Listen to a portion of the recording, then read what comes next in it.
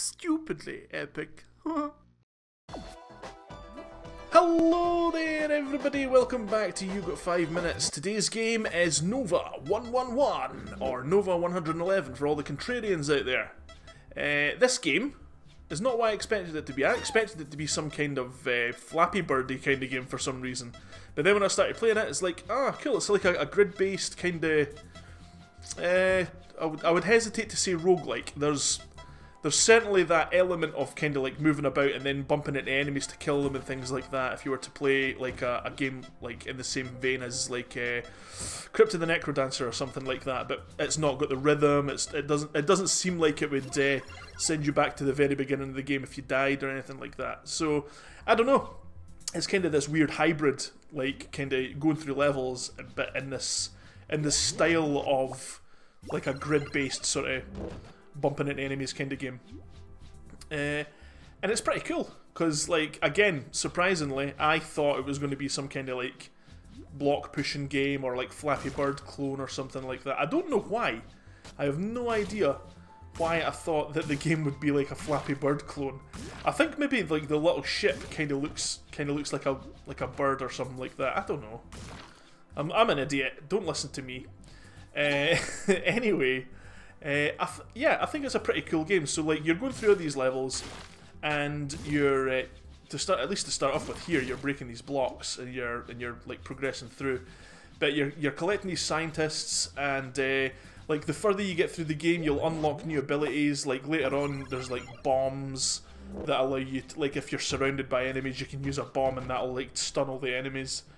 There's like a laser beam thing as well that allows you to cut through tough rocks. But yeah, it's very simple, and it does have that sort of same kind of Crypt of the Necrodancer kind of thing where like you've kind of got to see what the pattern of the enemies is, and then avoid them, and then hit the counter attack with you knowing what they're going to do. So this enemy here will only ever follow you, and if it gets next to you, it'll activate its attack, and then on the next turn it'll make its attack. So if you're right next to it and it's doing that, you move it the way and then bump into him. It's very simple. But then there's enemies that like teleport and like drop grenades, like bombs on the ground. So like it'll drop. It's like an enemy that'll drop something where it is and then teleport away. So when you get close to where it is and you try and jump onto it, it'll teleport away, and then you'll run into that little bomb thing and it'll hurt you. So it's totally annoying. It's really irritating. Very clever though. I like the art style as well. I like kind of like the ambient music in that as well. I know I kind of say that in pretty much every video. All the music's kind of good, and I like the art style and all that. But like for me, an interesting art style is more important than like photorealistic graphics. Like I don't care about what something looks like as long as the art style of it is interesting to me. Like you'll have a game like Killzone or something like that, and that's like, oh, it's total, like it looks so cool, and it's like, oh, like look at the guns and like the resolution and the frame rates and all that, and then I'm like, yeah, it's cool, but I kind of like the look of Ratchet and Clank more, you know. So I'm that kind of person who's like, yeah, like Ratchet and Clank to me looks way better than some like Killzone or like Battlefield or whatever, you know. But yeah, so like I like the look of this game, and I like the sort of fog of war aspect as well, like how you're kind of uncovering these blocks, like and as you progress through, it's kind of like it's almost like fog of war, and you're uncovering more of the map as you're going through it. Yeah, and it's a very simple game. But like later on it gets a bit more complex with like bomb placement and like using the laser cannon to cut through rocks, and there's enemies later on that are kind of like these little bird things here, but they've got spikes on them, so if you try and run into them, it'll hurt you. But if you use the laser on them, it knocks the spikes off them, so you're able to kill them. So like it's just little things like that. It's just kind of really cool. But yeah.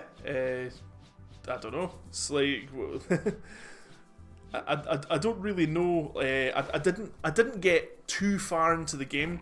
Here's this enemy here, the teleport one. See, it drops the thing, and it lasts for a certain amount of time. So like it kind of confuses you into moving into it where it is, you know. And it's just totally annoying. It's like it sort of it fakes you into believing that it's going to be there, and then like you walk into it and it's actually the bomb thing.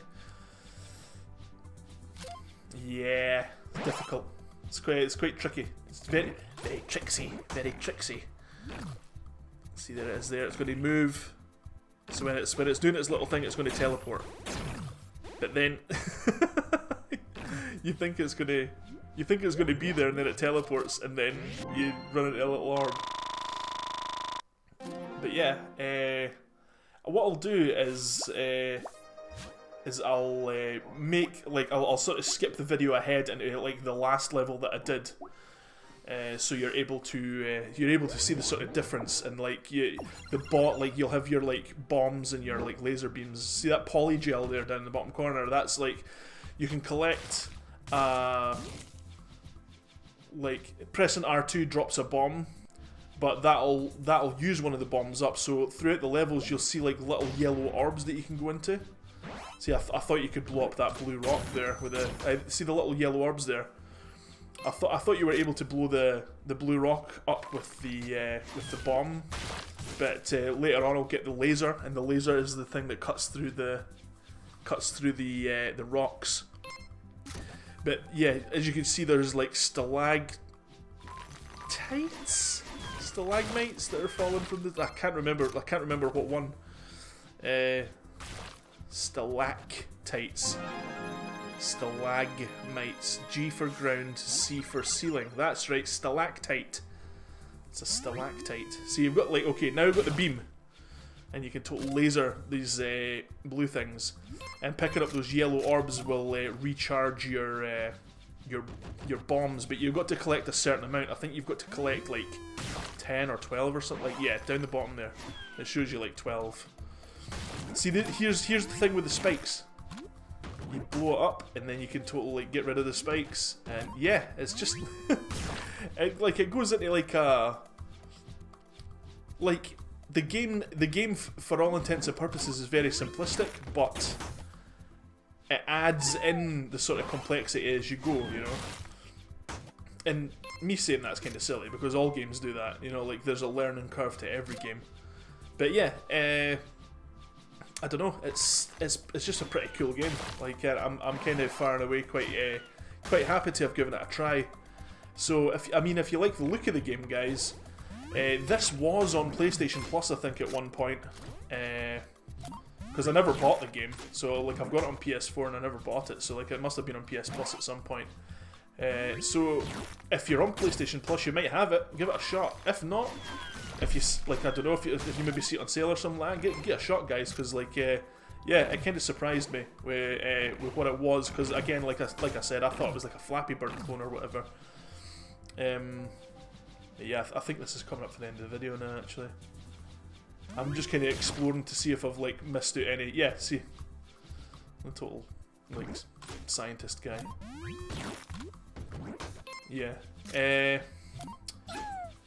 But yeah, guys, like, cool games, eh? Like, recently, like, doing this, redoing sort of You've Got 5 Minutes has got, like, kind of, sort of getting me to try out these games that I wouldn't have otherwise given a shot, you know? Because, like, downloading them's a pain for me, because I'm on, like, stupid, like, phone Wi-Fi or whatever. Like, 3G crap.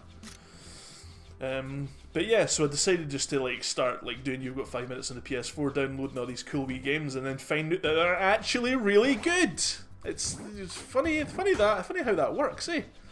But yeah, anyway, guys, thank you for watching, and I'll see you next time. I had this funny thought the other day there. I was thinking, what if you were to combine popcorn with regular corn? And then you threw it all in a big bowl and filled it with milk. Would you eat it? Would you? You filthy scoundrel!